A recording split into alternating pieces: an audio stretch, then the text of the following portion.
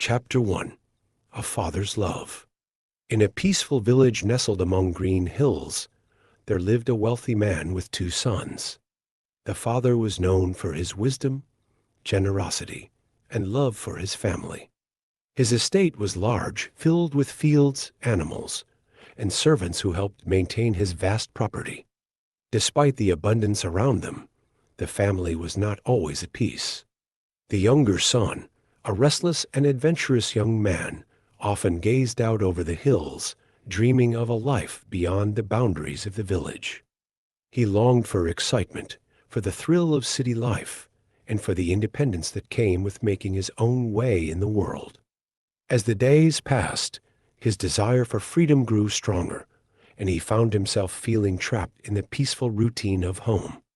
One day, he approached his father with a bold request. "Father," he began, standing before the older man, who was seated on a bench overlooking the fields. "I want my share of the inheritance now. I want to leave this place and find my own way in the world." His father's eyes widened with surprise and sadness.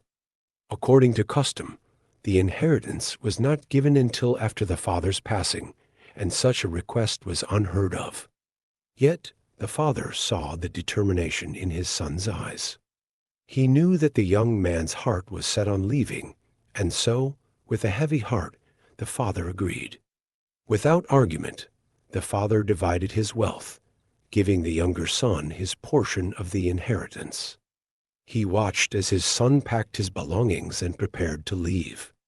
As the younger son set out on his journey, the father's heart was filled with both sorrow and sorrow that his beloved son was leaving, and hope that one day he might return. Chapter 2. The Wanderer's Path. The younger son left the village with excitement in his heart. He traveled far, reaching a distant country where the city was bustling with activity. For the first time, he was free from the responsibilities of home, and the possibilities seemed endless. With the wealth he had received from his father, he indulged in the pleasures of the world-lavish meals, fine clothes, and extravagant parties. For a time, the young man lived as if there were no limits. He made new friends quickly, people who enjoyed the life of luxury he provided. They laughed and feasted, celebrating with no thought for tomorrow. The younger son felt as though he had everything he had ever wanted: freedom, excitement, and adventure. But soon his wealth began to dwindle. The money he had thought would last forever was spent, and one day he found his purse empty. His new friends, who had once been eager to share in his wealth, began to disappear. One by one, they left him, seeking other companions who could provide for them. The young man, once surrounded by laughter and joy, now found himself alone in a foreign land. To make matters worse, a great famine struck the country. Food became scarce, and the cost of living rose sharply. The young man, now penniless and desperate, searched for work, but opportunities were few. Eventually, he found a job tending pigs for a farmer. It was degrading work, especially for a man who had grown up in comfort, but he had no choice. As he labored among the pigs, he was overcome with hunger. He was so famished that he longed to eat the food he was feeding to the animals. But no one gave him anything. He had reached the lowest point of his life, and for the first time, he began to reflect on his choices.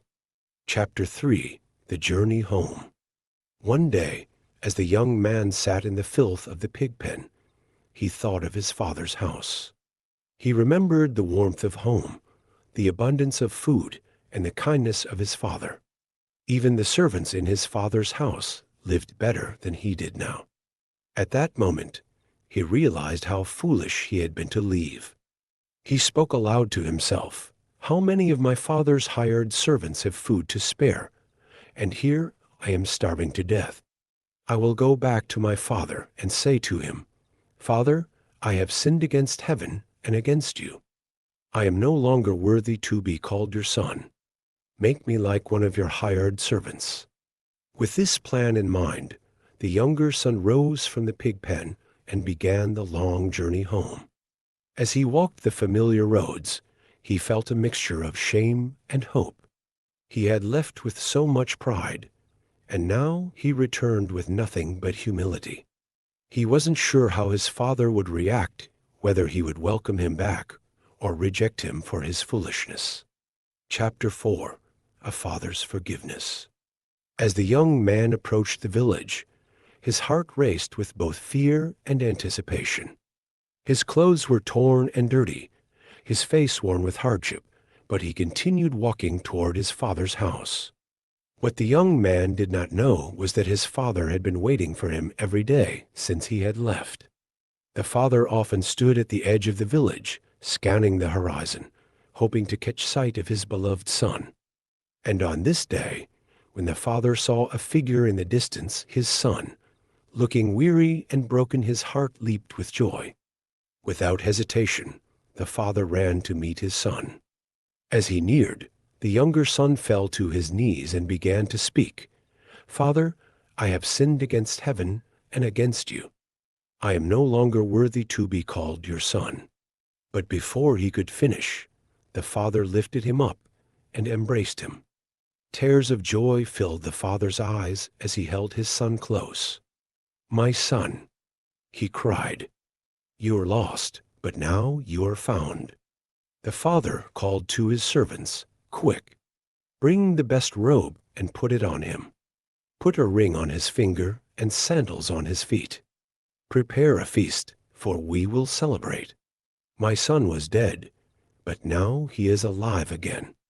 The younger son, overwhelmed by his father's love and forgiveness, wept with gratitude. He had expected to return as a servant, but his father had welcomed him back as a son. Chapter 5. The elder son's resentment. As the celebration began, the older son, who had been working in the fields, returned to the house. When he heard the sound of music and laughter, he asked one of the servants what was happening.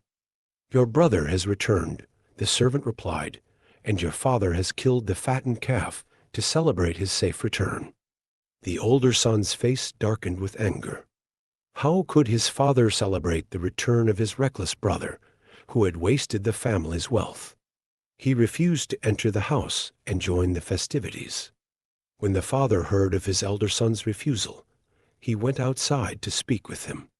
"My son," the father said gently, "why are you angry?" The older son replied bitterly, "I have worked for you all these years. I have never disobeyed you, and yet you never gave me a feast to celebrate with my friends. But now, this son of yours who squandered everything returns, and you kill the fattened calf for him."